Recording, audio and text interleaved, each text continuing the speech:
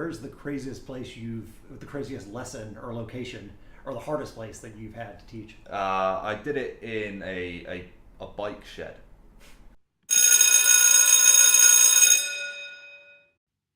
Hey guys, Quincy here again from ESL Authority, and today we're back with Jason from digino.org. Jason has been traveling and teaching remotely for the past 2 years, and in this interview we get into the actual logistics of how he does that, how he finds places from where to teach, what he brings with him, and what he recommends you do if you're looking to pursue a life teaching on the road. Enjoy. Hey guys, welcome back. I'm here with my buddy Jason. We are in Thailand, and I was lucky enough to catch up with him, and I was hoping to pick his brain on what it's like teaching online and traveling. And Jason runs a site called digino.org, and he has been teaching online and traveling successfully for the past year or two. Oh yeah. Yeah. How did you start? So when I started, I wanted to do a little trial before I went, all the way across the world to like Brazil or something. I realized it didn't work.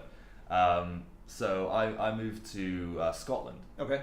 And I stayed in a hostel in Scotland, just working as a cleaner, because in my mind, working as a cleaner paid for my bed for the night. Okay. And online teaching would pay for my food, and then that would give Makes me sense. enough time to like work on other projects. Yeah. I soon found, like living in a hostel trying to teach, that a shared Wi-Fi, like in a hostel or a cafe, is just not good enough. Where were you doing your lessons? So there was this nice like chill room in the hostel. Yeah. That had like guitars and stuff, and it was just really nicely decorated.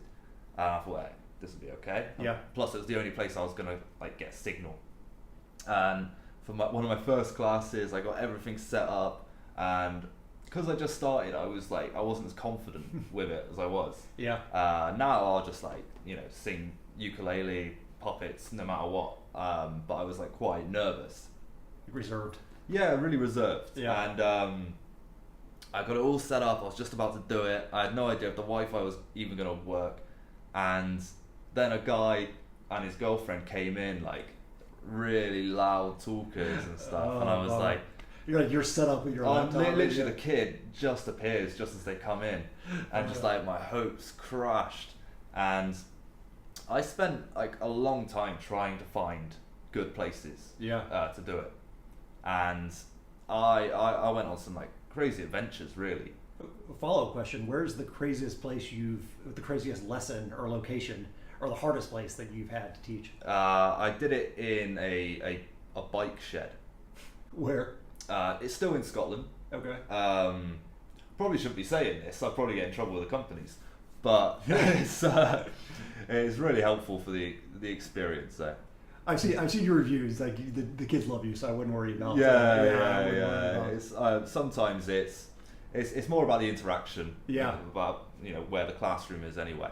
So in this bike shed, so it was a guy who did tours around Scotland on bikes, and I was going to do a bit of marketing for his company. Yeah. But when I realised I couldn't really teach in the hostel anymore, I said to him, do you know anywhere where I can teach a few classes so I can keep my job? And he was like, oh, you could do it in the office if you want. And then when he said office, I was thinking of like, this nice desk and stuff. But it was literally just a load of bikes. In the shed. Yeah, it's where he keeps the bikes. Didn't work out very well. So that's when I started writing the article on Digino about like traveling with online teaching, because it wasn't working. And I was like, I can't promote this thing that just doesn't really work. So I had to find a better way to do it. There's lots of traveling teachers who quite happily, teach in hotel lobbies, teach in cafes. Yeah. Find it okay. But it has to be a perfect scenario. It has to be not very busy. The Wi-Fi is good. The Wi-Fi's got to be good, and I can only say how much I stressed every day trying to think where I'm going to teach. That would drive me crazy. I've got to like trial all these cafes, trying to find one with like good Wi-Fi, and I don't care if the people are around me, and they don't care that I'm actually having a lesson there. Yeah, because I don't want to bother people at the same time, And if someone's like really loud on their phone, it's annoying enough. Yeah. You know, if someone's like dancing around with a puppet whilst you're trying to have a coffee, it's crazy, yeah. So now you've been doing it for a year. I know you're not teaching in cafes as much as you used to. No.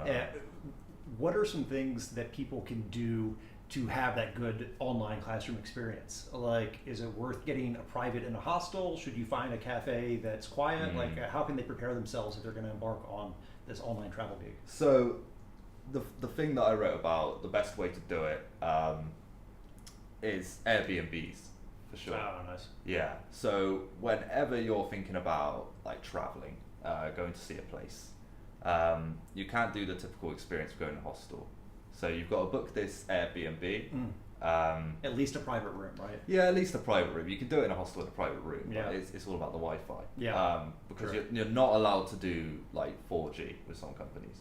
You can't. Okay. Yeah, you're not. So you got to have the Wi-Fi. You can't have like the fallback cell phone hotspot or something. Yeah. I mean, you can, but don't get found out. Yeah. You know, it's not allowed technically, so I wouldn't recommend it. Got it. Because I don't want anyone to lose their job. Yeah. So with the Airbnb, you at least have like the contact before, where you can ask them like, how's the internet? Can I do a little speed test.net? Yeah. On your internet? So then you know for sure that you have it, and so then this like stops being an Airbnb and this just becomes like your temporary classroom. Got it. And then you can just get that sorted, and it'll probably be cheaper than paying for like a private room in a co-working space. Yeah, absolutely. Yeah, it's so expensive. Airbnbs, you can find a cheap Airbnb in pretty much any city. Yeah. And co-working spaces are only getting more expensive. Exactly. Yeah. So that's the best way, really, because then you can appreciate like where you're staying. You can, after you finish class, you can go off, no worries, and actually have a coffee in a cafe instead of teaching. You don't have to have that stress associated with like finding a room every time you have a lesson. Yeah, because it's this really like cool idea of like wandering around like, oh, where am I going to teach today? But in actual practice, it's a little bit annoying. You see like in their marketing materials, they're like sitting in a public park, or Yeah. they're out like by like a fountain or something. It's the most unrealistic Yeah, thing yeah, where yeah. no one's gonna have like the kids either gonna hate the lesson because they can't hear anything, Yeah. or everyone's gonna be staring at you. It'd be terrible. Yeah, and like there ain't no plugs in a tree in a park or anything. That's true. Like So, Wi-Fi in the middle of the park. Who knows? Yeah. So what do you, depending on who you're teaching with, they require either backgrounds or props or a combination or nothing. What do you travel with that makes giving lessons easier other than the computer and other than the computer? Yeah. So the main thing I use is something called Manycam. Okay. So this is like a webcam software that you can just integrate with the teaching software, and this you can do loads of cool effects to your camera. So you can flip yourself upside down. Okay. If you don't have any puppets, you can bring up little animal animations and stuff, and you can play YouTube videos through it. So from Digino, I started making all of these Manycam games.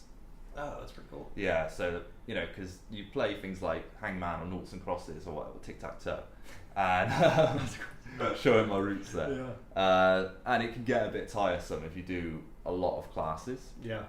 And you don't want to lug loads of teaching props around. Mhm. You don't want all these big marionette puppets or whatever. So Manycam, it just makes it so easy to keep the kids entertained, but also just not take anything with you. So pretty much it condenses into digital versions like the puppets and the games and the YouTubes all into like a overlay that you can use with pretty much any major online teaching platform. The ones that use like not mobile ones, because I don't think Manycam's are mobile. God, that'd be like no space on the camera. I mean, it's basically like Snapchat filters, really. Okay. Yeah. So if they could start integrating Snapchat filters with online teaching mobile, Yeah. winner. What's the worst class you've had? So we know you taught from the shed. I assume that went well because it's quiet. What's the worst class you've had when you're trying to hold one while you're abroad? So I do remember one time I got locked out of my place right before class, and it started like raining. So you're outside the house? Or Yeah, outside, outside, just like in the front garden, and I just had my laptop, and I was just stood in front of the door. I didn't have like my poster. It was just like a door background, and it was just raining, so I found a little bit of shelter. Yeah. And I was just holding it up, and that was the beautiful thing of Minicam, because I put up this game straight away. It's like, hey, how you doing? Let's play this game. Yeah, dig right into it. Yeah, and then it's like whilst playing the games, trying to find a way to get back in. Yeah. But yeah, the student was absolutely fine. We had a bit of fun. Nice. That's not bad. So, and we'll put a link to Manicam below. It sounds like a pretty cool program. Yeah.